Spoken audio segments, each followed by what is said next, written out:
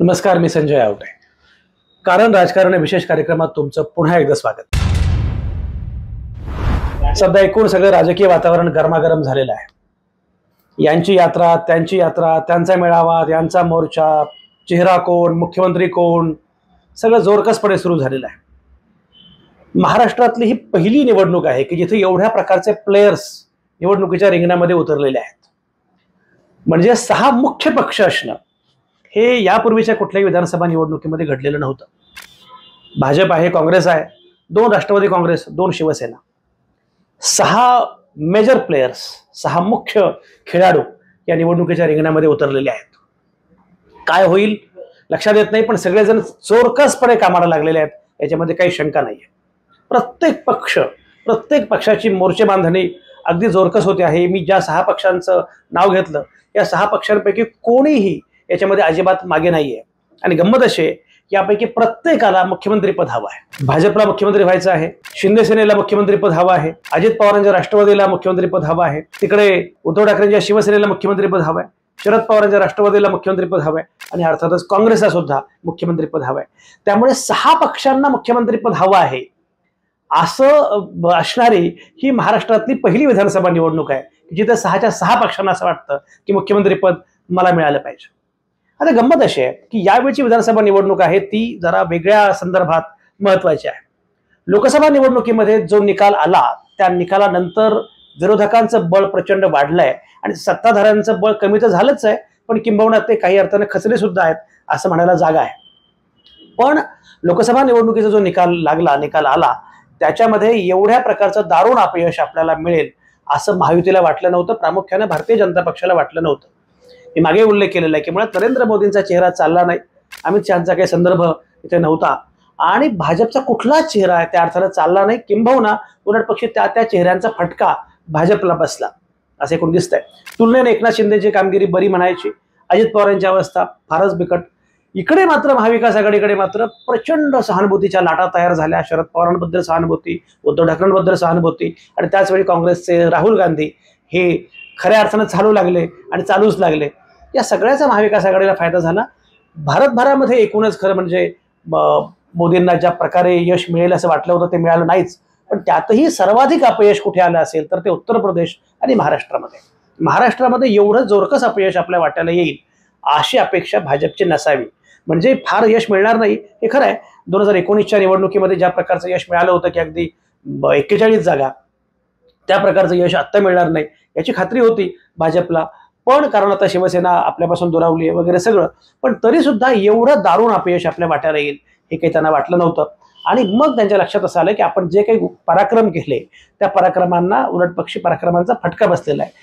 शिवसेना फुटणं, त्यानंतर महाविकास आघाडी सरकार कोसळणं, महायुती सरकार सत्तेमध्ये येणं आणि त्यानंतर पुन्हा अजित पवार बाहेर पडणं आणि शरद पवारांना फटका बसणं, शरद पवारांचा पक्ष फोडणं, हे सगळं जे काही केलं याच्यामध्ये प्रत्यक्षात नुकसान मोठं झालं भारतीय जनता पक्षाचं. हे लोकसभा निवडणुकीमध्ये ठळकपणे लक्षात आलं. लोकसभा निवडणुकीपर्यंत असं वाटत होतं भाजपला की ठीक आहे, थोडंसं काही आहे पण आपण ते मॅनेज करू शकतो, आपण व्यवस्थापन करू शकतो. निवडणुकीचं व्यवस्थापन याच्यामध्ये खरं म्हणजे भाजप फार आघाडीवर असतं, किंबहुना भाजपनंच खऱ्या अर्थानं निवडणुकीचं व्यवस्थापन, इमेज मेकिंग, ब्रँडिंग वगैरे गोष्टी आपल्याकडे त्या अर्थाने सुरू केल्या, सोशल मीडियाचा वापर वगैरे सगळं सुरू केलं. पण या लोकसभा निवडणुकीमध्ये मात्र महाराष्ट्रात हे अजिबात चाललं नाही. आता झालंय असं, आता विधानसभा निवडणूक तोंडावर आलेली आहे. निवडणूक कधी होईल माहिती नाहीये, पण साधारणपणे गणेशोत्सवानंतर म्हणजे 20 सप्टेंबरला वगैरे आचारसंहिता लागू होईल आणि ऑक्टोबरात निवडणूक होईल, नोव्हेंबरमध्ये सरकार नवस्थापन होईल अशी शक्यता बोलली जाते. दुसरीकडे काही लोकांना अशी पण शक्यता वाटते आहे की आत्ता भारतीय जनता पक्षाला असं वाटतंय की ही निवडणूक आत्ता घेणं गैरसोयीचं आहे. बरं, ते सगळीकडेच गैरसोयीचं आहे. निवडणूक फक्त महाराष्ट्रामध्ये होत नाहीये, निवडणूक होते आहे अर्थातच हरियाणामध्ये, निवडणूक होते आहे झारखंडमध्ये, निवडणूक होते जम्मू काश्मीरमध्ये. या सगळीकडेच भाजपला पूरक असं वातावरण अजिबात नाहीये. याचं कारण असं आहे, मी मगाशी उल्लेख केल्याप्रमाणे महाराष्ट्राची अवस्था तर दिसतेच आहे, त्याचप्रमाणे हरियाणामध्ये म्हणजे आत्ता हे सगळं जे काही सुरू आहे विनेश फोगाट आणि त्या सगळ्यानंतर तर ते आणखी पुन्हा चर्चा सुरू झालेली आहे. हरियाणामध्ये एक मोठं अपयश भाजपच्या वाट्याला येऊ शकतं अशी भीती भाजपचेच नेते खासगीमध्ये व्यक्त करतात. झारखंडमध्ये सुद्धा याच प्रकारचं काही घडू शकतं, त्यामुळे खात्री नाहीये. आणि जम्मू काश्मीरमधलं वातावरण फार वेगळं आहे.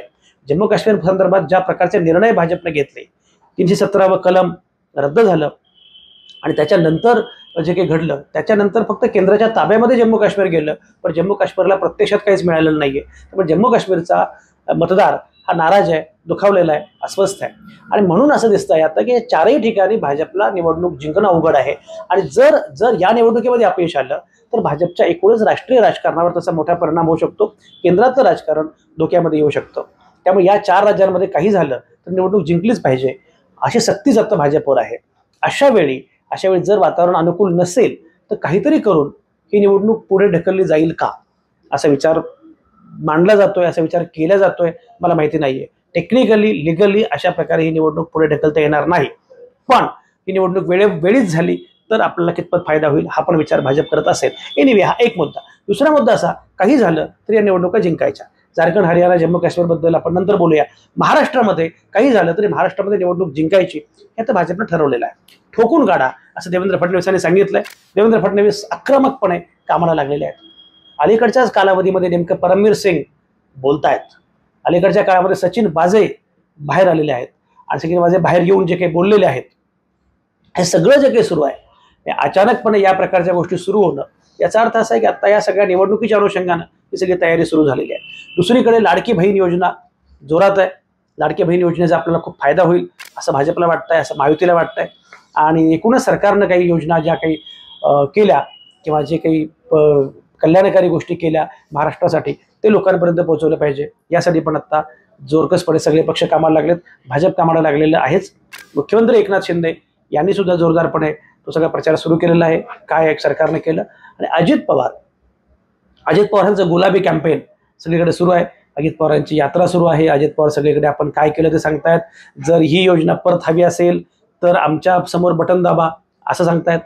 कांद्याची निर्यात हा जो निर्णय आहे त्या निर्णयाबद्दल आम्ही चुकलो हे पण जाहीरपणे सांगतायत. त्यामुळे आता लोकांना जे हवं त्या प्रकारे बोलणं, लोकांना जे खटकलं त्याबद्दल माफी मागणं असं अगदी अजित पवारांनी पण ठरवलेलं आहे असं दिसतंय. आणि अजित पवारांच्या या इव्हेंटला चांगला प्रतिसाद मिळतो आहे. तो इव्हेंट जोरकसपणे दिसतो आहे हे पण आहे. त्यामुळे तीनही पक्ष महायुतीचे जोरकसपणे काम करतात. आणि काही झालं तरी लोकसभा निवडणुकीतलं अपयश आपल्याला धुवून काढायचं आहे हे त्यांनी ठरवलेलं आहे. आता गंमत अशी आहे की हे अपयश धुवून काढणं शक्य आहे का? मुळात आता महाविकास आघाडीचं बळ प्रचंड वाढलेलं आहे. उद्धव ठाकरेंबद्दल सहानुभूती अद्यापही कायम आहे. शरद पवारांबद्दल सहानुभूती अद्यापही कायम आहे. काँग्रेसबद्दलचं चांगलं मत कायमच आहे. संविधानाचा जो मुद्दा मांडला गेला त्या संविधानाच्या मुद्द्यावर अद्यापही मतदार महाविकास आघाडीच्या सोबत आहेत असं दिसतं आहे. मी मागेही म्हटलं होतं सगळ्यात मोठी गोष्ट म्हणजे महाविकास आघाडीमध्ये एका पक्षाची मतं अन्य पक्षांना मिळतात हे महायुतीमध्ये घडत नाही. एका पक्षाची मतं दुसऱ्या पक्षाला मिळणं हे महायुतीमध्ये घडत नाहीये, महाविकास आघाडीमध्ये मात्र घडतं. म्हणजे अजित पवारांच्या पक्षाची मतं शिवसेनेला मिळत नाहीत, शिवसेनेची मतं भाजपला मिळत नाहीत. इकडे मात्र उद्धव ठाकरेंची मतं शरद पवारांना मिळतात, शरद पवारांची मतं काँग्रेसला मिळतात. त्यामुळे महाविकास आघाडीला या सगळ्याच अर्थाने महाविकास आघाडी खूप पुढे गेलेली आहे. महाविकास आघाडीबद्दलचं जनमत चांगलं आहे. लोकसभा निवडणुकीचा एकूण चांगला परफॉर्मन्स आहे. हे सगळं आहे. असं असताना सुद्धा आपण महाविकास आघाडीचा पराभव करू शकतो असं महायुतीला कुठल्या आधारावर वाटतं हे समजत नाही. पण त्यांची तयारी सुरू आहे हे नक्कीच आहे. त्याच्यामध्ये काय काय एक लक्षात घ्या. म्हणजे मी सांगितलं की हे 6 प्लेयर महत्त्वाचे आहेत. पण हे 6 प्लेयर्स महत्त्वाचे आहेतच, पण आणखी 6 प्लेयर्स महत्त्वाचे आहेत, महत्त्वाचे ठरावेत असा प्रयत्न भाजपचा आहे. त्यातल्या 6 प्लेयर्सपैकी पहिला प्लेयर भाजपच्या हातात नाहीये, पण त्याला कशा प्रकारे उत्तर द्यायचं हे भाजपनं ठरवलेलं आहे. मी मगाशी म्हटल्याप्रमाणे काँग्रेस, भाजप, 2 राष्ट्रवादी आणि 2 शिवसेना म्हणजे 6 हे 6 प्लेयर्स मुख्य आहेत. त्याशिवाय 6 खेळाडू आहेत ते तेवढेच महत्त्वाचे आहेत. ते थेटपणे त्यांना मुख्यमंत्री व्हायची वगैरे काही अशी काही आकांक्षा नाहीये. ते मुख्यमंत्री होतील असं नाही, त्यांना त्या अर्थाने काही राजकीय भांडवल त्यांच्याकडे आहे असं नाही. पण निकालामध्ये ते बऱ्यापैकी निर्णायक हस्तक्षेप करू शकतात असे 6 घटक आहेत. काहींची क्षमता खूप जास्त असेल, काहींची अगदीच कमी असेल. पण निवडणुकीमध्ये 0.01% मतांना सुद्धा महत्त्व असतं. विधानसभा निवडणुकीमध्ये तर हे मार्जिन खूप कमी असतं. मताधिक्याचा आकडा खूप कमी असतो. अगदी 1000 लोकसभा निवडणुकीमध्ये जर 500, 1000, 2000, 5000 जर उमेदवार निवडून येत असतील तर विधानसभा निवडणुकीमध्ये तर हे मार्जिन आणखी कमी होईल. त्यामुळे 1000-2000 मतं ही सुद्धा फार महत्त्वाची ताकद ठरू शकते त्या मतदारसंघांमध्ये. त्यामुळे कोणालाच त्या अर्थानं अंडर करणं किंवा कमी समजण्याचं लेखण्याचं कारण नाहीये. मला असं दिसतं की भाजपची भिस्त ही या 6 खेळाडूंवर प्रामुख्याने आहे. पहिले खेळाडू आहेत सगळ्यात महत्त्वाचे मनोज जरांगे. मनोज जरांगे पाटील यांनी लोकसभा निवडणुकीमध्ये आपली ताकद काय आहे ते दाखवून दिली. त्यांनी थेटपणे भाजपच्या विरोधामध्ये भूमिका घेतलेली आहे. आणि जर हे झालं नाही, मराठ्यांचं आरक्षण ओबीसी मधून मिळालं नाही, या प्रकारचा अध्यादेश निघाला नाही सगळे सोयरे, तर मी काय करू शकेन हे त्यांनी स्पष्टपणे सांगितलेलं आहे. आणि अशा वेळी भाजपला मत द्यायचं नाही. देवेंद्र फडणवीसांच्या विरोधामध्ये जरांगे पाटील यांनी थेटपणे भूमिका घेतलेली आहे. त्याचा फटका भाजपला किती मोठ्या प्रमाणात बसला हे आपण बघितलेलं आहे. म्हणजे सगळ्यात महत्त्वाचा निकाल जो आहे तो रावसाहेब दानवे पराभूत होणं जालन्यामध्ये, हा निकाल आश्चर्यकारक होता. नांदेडमध्ये खरं म्हणजे भाजपचा पराभव तशा अर्थानं अपेक्षित नव्हता. नंतरच्या टप्प्यात तो लोकांना वाटलाच होता, पण त्यामध्येही हा मुद्दा फार महत्त्वाचा होता. त्यामुळे दिसतंय असं की एकूण मराठवाड्यामध्ये आणि अन्यत्र काही प्रमाणात मनोज जरांगेंचा मोठा फटका बसलेला आहे भाजपला. आणि आता बघते गंमत अशी की भाजपला तो फटका जास्त बसलाय. म्हणजे एकनाथ शिंदेपेक्षा सुद्धा, म्हणजे औरंगाबादमध्ये एकनाथ शिंदेने यश मिळालं कारण तिथे जरांगे पाटील थेटपणे विरोधामध्ये नव्हते, तर भाजपला मात्र फटका मोठ्या प्रमाणात बसलेला आहे असं दिसतंय. आणि आता जरांगे पाटील हे त्या कालावधीमध्ये प्रामुख्यानं ऍक्टिव्ह होते, काम करत होते, बोलत होते, लढत होते. आता मात्र त्यांनी आणखी जरा तो विस्तार केलेला असं दिसतंय. त्यांच्या सभा आणखी जोरकसपणे सुरू आहेत, ते तेवढेच आक्रमक झालेले आहेत. देवेंद्र फडणवीसांच्या अनुषंगाने ते बोलतायत, भाजपच्या विरोधामध्ये बोलतायत. त्यामुळे जरांगे पाटील हा फॅक्टर आता फारच महत्वाचा ठरणार आहे या निवडणुकीमध्ये सुद्धा. आणि जर मराठा मतं ही भाजपसोबत गेली नाहीत, लोकसभा निवडणुकीमध्ये सुद्धा ती गेली असं दिसत नाही, तर मग नक्की काय होईल हा एक मोठा प्रश्न आहे. आता याच्यामध्ये मला असं दिसतंय की मनोज जरांगे पाटील यांच्या अनुषंगानं एक भाग भाजपनं ठरवला आहे, ते म्हणजे मनोज जरांगे पाटील यांच्या संदर्भामध्ये थेटपणे बोलायचं. म्हणजे मनोज जरांगे पाटीलांना विरोध करायचा, अशी भूमिका भाजपनं घेतलेली दिसते आहे. ज्या प्रकारे नारायण राणे बोलतायत, ज्या प्रकारचे प्रवीण दरेकर आणि बाकी मंडळी ज्या प्रकारे बोलतायत, त्यामध्ये मनोज जरांगे पाटील यांच्या आरोपांना थेट उत्तर द्यायचं. याच्यामध्ये एक शक्यता अशी आहे का की समजा मराठा वोट बँक ही आपल्याकडे फारशी येणार नाही, हे भाजपनं गृहीत धरलंय का हे बघितलं पाहिजे. एकनाथ शिंदेकडे कदाचित काही प्रमाणात जाईल, अजित पवारांकडे कदाचित काही प्रमाणात जाईल आणि बाकी सगळी महाविकास आघाडीकडे जाईल, आपल्याकडे येणार नाही. त्यामुळे मराठा मतं ही बऱ्यापैकी आता आपल्याकडे येणारच नाहीत असं गृहीत धरून भाजपनं आपली व्यूहरचना आखली आहे का हे जरा बघितलं पाहिजे. कदाचित शक्यता अशी आहे की भाजपला असं वाटत असावं की ओबीसी मतं ही आपल्याकडे पूर्णपणे येऊ शकतील किंवा ओबीसी मतं ही महाविकास आघाडीकडे जाणार नाही, त्यांचं विभाजन आपण करू शकतो अशी शक्यता आहे. म्हणजे ओबीसी मतं महत्त्वाची आहेत असं वाटत असल्यामुळेच कदाचित विधान परिषद निवडणुकीमध्ये आपण बघितलं, विधान परिषदेमध्ये भाजपने जे उमेदवार दिले ते प्रामुख्याने ओबीसी होते. तेव्हा खरं म्हणजे मराठा उमेदवार देता येणं त्यांना शक्य होतं, पण प्रामुख्याने ओबीसी उमेदवार तेव्हा दिले गेले. तर ओबीसी मतदारांना अधिक महत्त्व देणं आणि मराठा विरुद्ध ओबीसी अशा प्रकारे जर नॅरेटिव्ह तयार झालं, त्याच्यामुळे हे खरंच आहे की मुळामध्ये जातीय सलोखा हा मुद्दा वेगळा आहे, पण आरक्षणाचा विचार हा व्यावहारिक आहे. आणि व्यावहारिक पातळीवर समजा मराठ्यांना ओबीसी मधून आरक्षण हवं असेल तर ओबीसीना निश्चितपणे ते नको असणार. त्यामुळे ओबीसींची भूमिका जी आहे या संदर्भात ते मराठ्यांना आरक्षण द्या, पण आमच्यातून देऊ नका, आमच्या कोट्यातून देऊ नका, आमचा कोटा कमी करू नका, अशी साधारणपणे भूमिका आहे. असं असताना आता ओबीसींचा मतांचा फायदा भाजपला होईल आणि मग मनोज जरांगे पाटलांना या प्रकारे उत्तर द्यायचं किंवा त्यांची मराठा वोट बँक सुद्धा बऱ्यापैकी आपण वापरून घ्यायची असा प्रयत्न दिसतोय असं मला वाटतंय.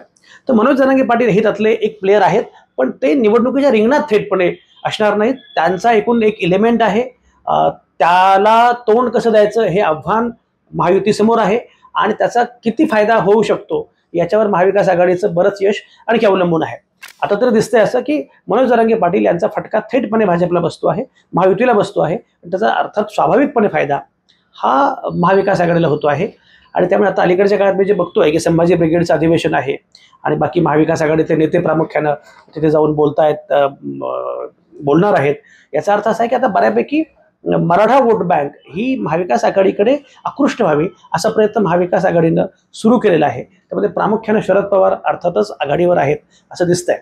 त्यामुळे शरद पवार यांच्याकडे मराठा मतं बऱ्यापैकी एकवटतील, एकूण महाविकास आघाडीकडे बऱ्यापैकी मराठा मतं एकवटतील असा प्रयत्न करायचा. शरद पवारांना पूर्वीपासून सगळी इंग्रजी दैनिक मराठा स्ट्रॉंगमॅन असं म्हणायचे, ते मराठा अर्थात महाराष्ट्राच्या अनुषंगानं होतं, पण ते जे काही रूप आहे ते शरद पवारांना बहुतेक आता त्याचा उपयोग होईल असं दिसतंय आणि मराठा मतं ही प्रामुख्याने महाविकास आघाडीकडे येतील असा प्रयत्न दिसतो आहे.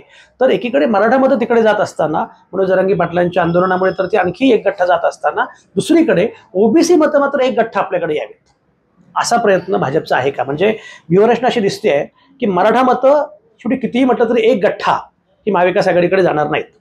काही मतं हे शिंदेकडे पण जातीलच, काही मतं अजित पवारांकडे जातीलच. पण समजा एक लक्षणीय मतं महाविकास आघाडीकडे गेली असं मान्य केलं तरी सुद्धा ओबीसी मतं जर एक गठ्ठा आपल्याला मिळू शकली तर आपल्याला फायदा होईल. आता हे कितपत ते गणित त्यांना जमेल आणि काय मला माहिती नाहीये, पण हा एक मोठा प्रयत्न आहे की हा जो एक मोठा प्लेअर आहे, हा जो मोठा एलिमेंट आहे, त्याच्या अनुषंगाने भाजपनं एक निर्णायक भूमिका घेतलेली दिसते आहे. कारण भाजप या संदर्भामध्ये थेटपणे आता बोलू लागले, भाजपचे नेते थेटपणे बोलू लागलेले आहेत. ज्या प्रकारची नमती भूमिका भाजप घेत होतं तशी आता भूमिका फारशी घेतली जाते असं दिसत नाहीये. त्यामुळे तो एक मुद्दा आहे.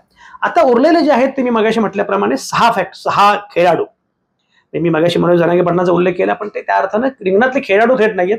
तो एलिमेंट आहे महत्वाचा, निर्णायक अशा प्रकारे परिणाम करणारा घटक आहे. पण ते आता 6 खेळाडू आहेत ज्यांना भाजपला त्यांचा उपयोग करून घ्यायचा आहे असं मला वाटतं. त्यातला पहिला खेळाडू आहे, पहिला प्लेयर आहे ॲडव्होकेट प्रकाश आंबेडकर. प्रकाश आंबेडकरांचा 2019च्या लोकसभा निवडणुकीमध्ये किती फायदा झाला हे भाजपला नीटपणे माहिती आहे आणि त्याच्यामुळेच लोकसभा निवडणुकीमध्ये अपेक्षेपेक्षाही अधिक यश भाजपला मिळू शकलं होतं. आणि खूप ठिकाणी केवळ वंचित बहुजन आघाडीमुळे राष्ट्रवादी काँग्रेसचे उमेदवार पराभूत झाले होते, हे आपण बघितलं. 2024च्या लोकसभा निवडणुकीमध्ये हे यश वंचितला मिळालं नाही. हे जरी खरं असतं तरी सुद्धा वंचितचा वाटा नव्हताच असं नाही. वंचितनं काही ठिकाणी, अकोल्यासारख्या काही ठिकाणी वंचितमुळे फटका बसला सुद्धा महाविकास आघाडीला, पण तो कमी बसला. तेव्हाच वातावरण पूर्णपणे वेगळं होतं. संविधानाचा जो मुद्दा होता, मी मगाशी म्हटल्याप्रमाणे जे 2 मुद्दे आहेत, एक मराठा आरक्षणाचा मुद्दा आहे, तो कशा प्रकारे त्यावर काम करायचं हे भाजप ठरवत आहे. दुसरा जो मुद्दा आहे तो संविधानाचा मुद्दा, संविधान वाचवा हा जो मुद्दा आहे, संविधानाचं रक्षण करा हा मुद्दा लोकसभेप्रमाणे विधानसभेला असणार नाही, हे खरं आहे. याचं कारण असं की मुळातच तो काही मुद्दा आत्ता इथे संविधानाचा मुद्दा हा केंद्राचा आहे, राज्याचा नाहीये. पण त्यानिमित्तानं जे जातसमूह एकवटले होते महाविकास आघाडीच्या सोबत ते आपल्याकडे येणार नाहीत हे कदाचित भाजपला माहिती आहे. पण त्यांचं विभाजन झालं पाहिजे, आणि ते मी मागे म्हटलं होतं की विभाजनाशिवाय या निवडणुकीमध्ये काही होणार नाहीत. त्यामुळे विभाजन कसं करता येईल मतांचं, मी पुन्हा सांगतो की याच्यामध्ये कोण plan A team, B team, C team वगैरे मला काही म्हणायचं नाहीये. याचा कशा प्रकारे भाजपला फायदा होऊ शकतो हा मुद्दा लक्षात घेतला पाहिजे. प्रकाश आंबेडकरने आता आरक्षण बचाव यात्रा जोरकसपणे काढलेली. आता आरक्षण बचाव यात्रा काढण्याची खरं म्हणजे काही गरज नाहीये, पण त्यांनी काढल्याचं कारण असं की आरक्षणाच्या अनुषंगाने जे वातावरण तापलेलं आहे त्यामध्ये प्रामुख्याने मराठा विरुद्ध ओबीसी असं वातावरण तयार झालेलं असताना प्रकाश आंबेडकर आता SC ST OBC या तिघांना सोबत घेऊन एक आरक्षणाच्या अनुषंगाने काही वेगळी भूमिका मांडू पाहतायत. उद्या आरक्षण संपू शकतं अशा प्रकारचं भय पण दाखवलं जात आहे. आणि शेवटी भाजप काय आणि काँग्रेस काय, हे जे पूर्वी होतं भाजप काय आणि काँग्रेस काय दोन्ही सारखेच असं म्हणून मग लोकांनी वंचितकडे यावं, हा जो प्रयत्न 2019च्या निवडणुकीमध्ये झाला तो प्रयत्न पुन्हा होताना दिसतो आहे. आणि यावेळी कदाचित त्याला काही प्रमाणामध्ये यश येऊ शकतं, अगदीच येणार नाही असं मानण्याचं कारण नाहीये. कारण त्यामध्ये ओबीसी हा जो घटक आहे तो जास्त महत्त्वाचा आहे. म्हणजे मराठा आरक्षणाबद्दल प्रकाश आंबेडकर ज्या प्रकारची भूमिका मांडतायत त्याचा अर्थ ते ओबीसी आणि बाकी SC ST यांना एकत्र घेत आहेत आणि मराठा आरक्षण झालं तर ते त्रासदायक आहे अशा प्रकारची पण कदाचित एक भूमिका त्याच्या पुढे येऊ शकते. हे सगळं लक्षात घेतलं तर ॲडव्होकेट प्रकाश आंबेडकरांकडे ती मतं जातील की जी मतं लोकसभा निवडणुकीमध्ये महाविकास आघाडीला मिळाली होती. महाविकास आघाडीला मिळालेली मतं काही प्रमाणामध्ये विधानसभा निवडणुकीमध्ये वंचित बहुजन आघाडीकडे जातील का? वंचित बहुजन आघाडीचा परिणाम हा लोकसभा निवडणुकीमध्ये दिसला नाही. कारण मी म्हटल्याप्रमाणे 400 पार आणि संविधान बचाव हे नॅरेटिव्ह तयार झालं होतं, तसं आत्ता असणार नाही. त्यामुळे ठीक आहे, त्यामुळे फार मोठा फरक पडेल असं नाही, पण काही टक्के मतांचा फरक पडू शकतो का? ती मतं किती असतील? अर्धा टक्के, पाऊण टक्के. म्हणजे स्थानिक संदर्भांमध्ये अनेक गोष्टी महत्त्वाच्या असतात आणि तिथे हा सगळा समूह जर या प्रकारे जातीय गणित बदलली गेली, एक लक्षात या ही निवडणूक ही प्रामुख्याने जातींच्या अनुषंगानं लढवली जाणार आहे. म्हणजे लोकसभा निवडणूक ही जातींच्या पातळीवर आल्याचा फायदा झाला होता महाविकास आघाडीला. कारण त्यामुळे धर्माचा मुद्दा जो आहे तो निघाला. उत्तर प्रदेशमध्ये सुद्धा आणि महाराष्ट्रामध्ये सुद्धा जातीच्या अनुषंगानं बऱ्यापैकी मतदान झालं, जातीच्या अनुषंगानं चर्चा झाल्या आणि त्यामुळे धर्म जो होता हिंदू विरुद्ध मुस्लिम किंवा हिंदुत्व हा मुद्दा निकाली निघाला आणि उलटपक्षी जातीय पातळीवर मुद्दा आला. आता विधानसभा निवडणूक ही आणखी पुढच्या टप्प्यावर जातीय स्तरावर जाऊ शकते. तेव्हा हे जातीय समीकरण हे इंजिनिअरिंग कशा प्रकारे होईल याच्यावर अनेक गोष्टी अवलंबून आहेत. आणि जातीय स्तरावर जेव्हा निवडणूक अगदी ठळकपणे जाईल तेव्हा वंचित बहुजन आघाडीला यश लक्षणीय मिळू शकतं. हे लक्षात घेतलं 2019च्या लोकसभा निवडणुकीमध्ये त्यांना एकही उमेदवार त्यांचा निवडून आला नाही. इम्तियाज जलील हे त्यांची आघाडी होती MIM सोबत, त्यामुळे औरंगाबादचे खासदार झाले, पण त्या अर्थाने कुणी आला नाही. तर आता मात्र ही शक्यता नाकारता येत नाही की आता उमेदवार एकही निवडून आत्ता सुद्धा येईल अशी शक्यता फार कमी आहे. मला माहिती नाही, कारण अकोल्यामध्ये खुद्द ॲडव्होकेट प्रकाश आंबेडकर सुद्धा लोकसभा निवडणुकीमध्ये पराभूत झाले. आता प्रकाश आंबेडकरांचे चिरंजीव, तरुण तडफदार नेते आणि एक महत्त्वाचे खरं म्हणजे आश्वासक चेहरा म्हणून ज्यांना ओळखलं जातं असे सुजात आंबेडकर हे आता निवडणूक लढवतील विधानसभेची असं म्हटलं जातं. त्यांना यश किती मिळेल मला माहिती नाहीये, पण लक्षणीय जनाधार मिळू शकतो अशा प्रकारची तयारी आत्ता प्रकाश आंबेडकरांनी केलेली आहे का ते बघितलं पाहिजे. मी तुम्हाला परत सांगतो, याचा अर्थ ते भाजपला फायदा करून देणार आहेत, ते भाजपसाठी उभे आहेत वगैरे मी असं म्हणत नाहीये, पण याचा एकूण परिणाम काय होतोय ते बघितलं पाहिजे. दुसरा हाही मुद्दा आहे की समजा वंचित बहुजन आघाडीचा फायदा भाजपला झाला किंवा आणखी कोणाला झाला म्हणून वंचित बहुजन आघाडीनं निवडणूक लढवू नये असं काही म्हणण्याचं कारण नाही. प्रत्येकाला निवडणूक लढवणं तेवढंच महत्त्वाचं असतं आणि प्रत्येकाला आपली स्पेस तयार करणं, आपला अवकाश तयार करणं तेवढंच महत्त्वाचं असतं. त्याचा परिणाम काय होईल याचा विचार मात्र वंचित बहुजन आघाडीने करायला पाहिजे. हा मुद्दा वेगळा. एनिवे, माझा मुद्दा पहिला प्लेयर वंचित बहुजन आघाडी. दुसरा जो प्लेयर आहे ते आहेत बच्चू कडू. बच्चू कडूंनी आकस्मिकपणे तिसरी आघाडी वगैरे अशी काहीतरी भूमिका सुरू केलेली आहे, मग जरा थांबले, मग अल्टिमेटम वगैरे. पण बच्चू कडू हे काहीतरी त्यांचा प्रहार पक्ष जो आहे ना, बच्चू कडूंचं एक स्वप्न आहे की आपला प्रहार पक्ष जो आहे त्याला जरा ताकद द्यायची, आपला प्रहार हा एक दमदार पक्ष झाला पाहिजे महाराष्ट्रात, असा प्रयत्न बच्चू कडूंनी केला. कारण बच्चू कडू आत्ताच हे बोलतात असं नाही, त्यांनी प्रहारची स्थापना केली तेव्हापासून त्यांचा मुद्दा हाच आहे की मला महाराष्ट्राच्या राजकारणामध्ये एक पर्याय द्यायचा आहे, मला एक वेगळा प्रादेशिक पक्ष उभा करायचा आहे आणि जो प्रादेशिक पक्ष हा सत्तेमध्ये असेल अशा प्रकारचं त्याचं एकूण स्थान असेल असं मला करायचं आहे. याच्या अनुषंगाने त्यांनी प्रहारची स्थापना केली आणि प्रहारला त्यांचा एकूण प्रहारचा जनाधार अगदी मर्यादित तालुक्यांमध्ये असला, अमरावती जिल्ह्यामध्ये वगैरे, तरी सुद्धा एकूण प्रहारचा बोलबाला आहे. बच्चू कडू आपला भेडू, बच्चू कडू वगैरे, बच्चू कडूंची आपली ताकद येते. गुवाहाटीला गेल्यानंतर जरा थोडंसं त्यांचं प्रकरण थोडं थंड बस्त्यात गेलं होतं, आता ते पुन्हा एकदा जोरकसपणे बोलतायत. अमरावतीमध्ये त्यांनी नवनीत राणांचा पराभव केला उमेदवार उभा करून. बच्चू कडू जर वेगळे उभे राहिले तर काही मतदारसंघांमध्ये काय होईल ते बघितलं पाहिजे. कारण बच्चू कडू कोणाची मतं घेतील हा पण मुद्दा तेवढाच महत्त्वाचा आहे. बच्चू कडू प्रामुख्यानं अँटी एस्टॅब्लिशमेंट बोलतात, बच्चू कडू प्रामुख्यानं सत्तेच्या विरोधामध्ये बोलतात. जेव्हा ते महायुतीतून बाहेर पडतील तर ते निश्चितपणे सरकारच्या विरोधामध्ये बोलतील.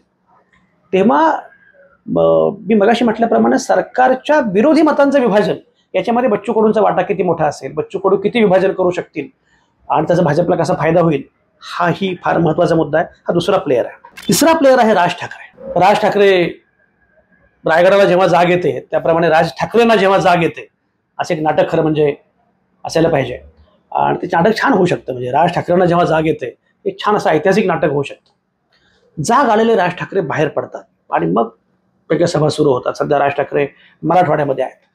त्यांनी आता विधानसभेचे काही उमेदवार घोषित पण करून टाकलेले आहेत. खरं म्हणजे शिक्षक आणि पदवीधर मतदारसंघामध्ये विधान परिषदेचे उमेदवार सुद्धा त्यांनी घोषित केले आणि पुन्हा मागे घेतले. हे फार कोणाला कळलं नाही, पण एनिवे विधानसभेचे उमेदवार त्यांनी घोषित पण करून टाकले 2. आणि आता आपण निवडणूक लढवणार, आपण 250 जागा लढवणार, 225 जागा लढवणार वगैरे त्यांनी घोषित केलेलं आहे. एक नक्कीच आहे की राज ठाकरे जर वेगळे उभे राहिले आणि राज ठाकरेंची भूमिका लक्षात घेतली पाहिजे की राज ठाकरेंची भूमिका म्हणजे ते सगळ्यांच्याच विरोधामध्ये बोलत असतात की जगामध्ये सगळंच कसं वाईट चाललेलं आहे आणि आपल्याला काय म्हणजे काय ही लोकशाही आहे का असं ते बोलत. अरे तुम्ही काय करताय यावर ते काही फार बोलत नाहीत, पण ही लोकशाही आहे का, याच्यामध्ये काय चाललंय, कोणी कोणासोबत चाललंय वगैरे वगैरे.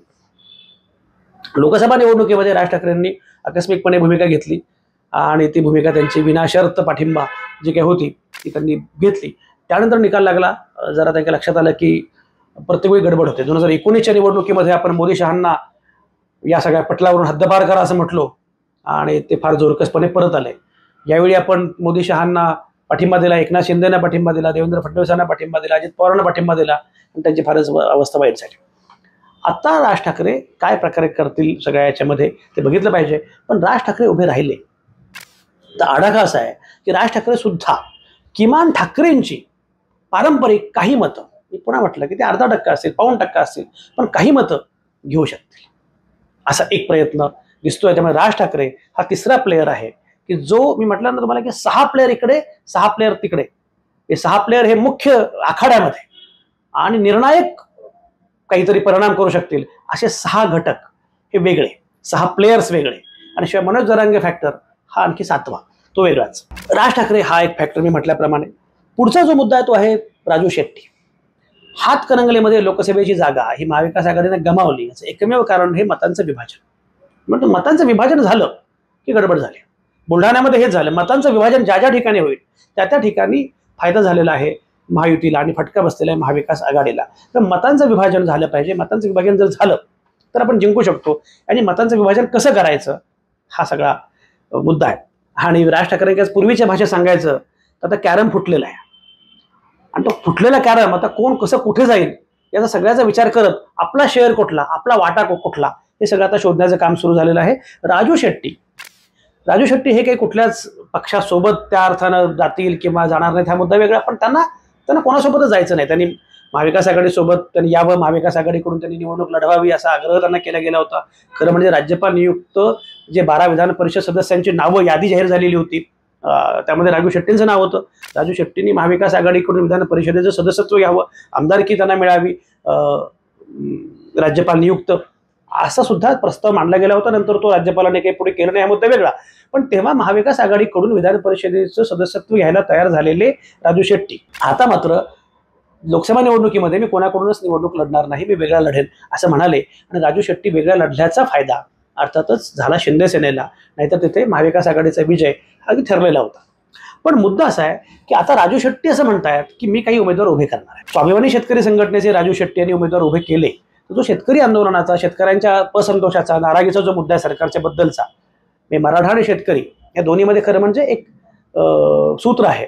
त्यामुळे जर उद्या असं खरंच घडलं की राजू शेट्टींनी वेगळे उमेदवार उभे केले तर ते सुद्धा साधारणपणे जे काही अँटी एस्टॅब्लिशमेंट असेल, सरकार विरोधी मतं आहेत, त्याचंच विभाजन राजू शेट्टींचे उमेदवार करतील असे कोण दिसतंय. त्यामुळे तो एक खेळाडू मला फार महत्त्वाचा वाटतो. त्यांचे शिष्य असणारे रविकांत तुपकर यांनी जाहीरच केलेलं आहे की मी उमेदवार उभे करणार आहे. रविकांत तुपकरांचा एकूण प्रभाव काय आहे हे आपण बघितलं. रविकांत तुपकरांनी ज्या प्रकारची लक्षणीय मतं बुलढाणा मतदारसंघातून घेतली त्यातून त्यांचा प्रभाव लक्षात तर आलाच, पण त्यामुळे ते जर उभे राहिले तर फायदा महायुतीला कसा होऊ शकतो, शिंदे सेनेला कसा झाला ते पण आपण बघितलं. त्यामुळे जर रविकांत तुपकरांचा किमान संख्येत 6 मतदारसंघांमध्ये विधानसभेच्या प्रभाव आहे आणि आणखी अन्य तर कुठे असेल तर ती सुद्धा काही 10-12 मतदारसंघांमध्ये ती ताकद रविकांत तुपकरांनी उभी केली तर तीही पुन्हा अँटी एस्टॅब्लिशमेंट, तीही पुन्हा सरकार विरोधी, प्रस्थापित विरोधी अशी मतं असतील आणि प्रस्थापित विरोधी मतांचं विभाजन रविकांत तुपकर सुद्धा करू शकतात. त्यामुळे हा एक मुद्दा आहे. शेवटचा म्हणजे संभाजीराजे, युवराज संभाजीराजे छत्रपती यांचा स्वराज्य पक्ष हा जरा सध्या काम करतो. विशाळगडावर त्यांनी आपली चमक दाखवण्याचा प्रयत्न केला पण लोकांच्या लक्षात आलं आणि लोक शांतपणे सलोख्यानं वागू लागले. विशाळगडावर काही पुढे घडलं नाही. पण एकूण छत्रपती संभाजीराजे यांना स्वराज्य पक्ष स्थापन करावा असं वाटतो. त्यांना वोट बँक काय आहे. बरं, हे संभाजीराजेंची गंमत अशी की हे संभाजीराजे हे राष्ट्रपती नियुक्त राज्यसभेचे सदस्य होते. मी अर्थातच त्यांना भाजपनं ती संधी दिलेली होती. त्यामुळे भाजपनं संधी दिल्यामुळे ते राष्ट्रपती नियुक्त कोट्यातून राज्यसभेवर खासदार झालेले होते. तेव्हा त्यांचं आणि भाजपचं असणारं नातं हे काही लपून राहिलेलं नाही आहे. त्यांचे पिताश्री शाहू महाराज हे मात्र आत्ता खासदार आहेत आणि ते महाविकास आघाडीसोबत आहेत. त्यांची गंमत अशी आहे की ते सगळ्यांचेच आहेत. म्हणजे ती जागा होती शिवसेनेची, महाराज लढले काँग्रेसकडून आणि सुचवली उमेदवारी शरद पवारांनी. त्यामुळे तिन्ही पक्षांचे असे ते महाविकास आघाडीचे आत्ता खासदार आहेत.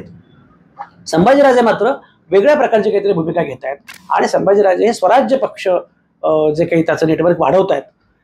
समजा त्यांनी काही उमेदवार दिले तर काही मराठा मतं ते मिळवू शकतील का. एक लक्षात घ्या, मी तुम्हाला परत म्हटलं की ही संख्या 0.2% असेल, 0.5% असेल, पण संभाजीराजांना मिळणारी, स्वराज्य पक्षाला मिळणारी वोट बँक ही कोणाची असणार आहे. तर ही अर्थातच जी काही मराठा मतं, जी प्रस्थापित विरोधी मतं जी अदरवाईज भाजपला मिळालेली नसती ती मतं इकडे येणार आहेत का. अशा या सगळ्या खेळाडूंचा जर विचार केला, मी मगाशी म्हटल्याप्रमाणे ॲडव्होकेट प्रकाश आंबेडकर, बच्चू कडू, राजू शेट्टी, रविकांत तुपकर, राज ठाकरे, संभाजीराजे छत्रपती, युवराज हे 6 खेळाडू म्हणजे 6 खेळाडू प्रत्यक्ष सामना लढणार आणि हे 6 खेळाडू असे इतस्ततः त्या सगळ्या रणांगणामध्ये असणार आणि त्यांचा एक निर्णायक परिणाम या सगळ्या निवडणुकीवर होणार. भाजपचा हा प्रयत्न आहे. मी मगाशी म्हटल्याप्रमाणे एक लक्षात ठेवा की शेवटी भाजपला हे कळून चुकलेलं आहे आणि मी खूपदा म्हणून झालंय माझं की जे आमच्याकडे पोटनिवडणूक झाली पुण्यामध्ये, कसब्याची पोटनिवडणूक आणि चिंचवडची पोटनिवडणूक, तसं मी दाखला कायम द्यायचो. कसब्यामध्ये महाविकास आघाडी जिंकली, चिंचवडमध्ये मात्र भाजप किंवा महायुती जिंकली. याचं कारण असं, कसब्यामध्ये जी निवडणूक झाली ती थेटपणे एकास एक लढत झाली, त्यामुळे महाविकास आघाडीचा उमेदवार निवडून आला. चिंचवडमध्ये मात्र एकाच एक लढत झाली नाही. तिसरा उमेदवार राहुल कल्हाटे उभे राहिले आणि त्याचा फायदा भाजपला झाला, महायुतीला झाला आणि फटका महाविकास आघाडीला बसला. त्यामुळे भाजपला प्रत्येक ठिकाणी एक राहुल कलाटे पाहिजे आहे. भाजपला प्रत्येक ठिकाणी मतविभाजन करणारा अशा प्रकारचा एक एलिमेंट हवा आहे. म्हणून हे 6 प्लेयर्स, हे 6 खेळाडू भाजपसाठी फायद्याचे ठरू शकतील का?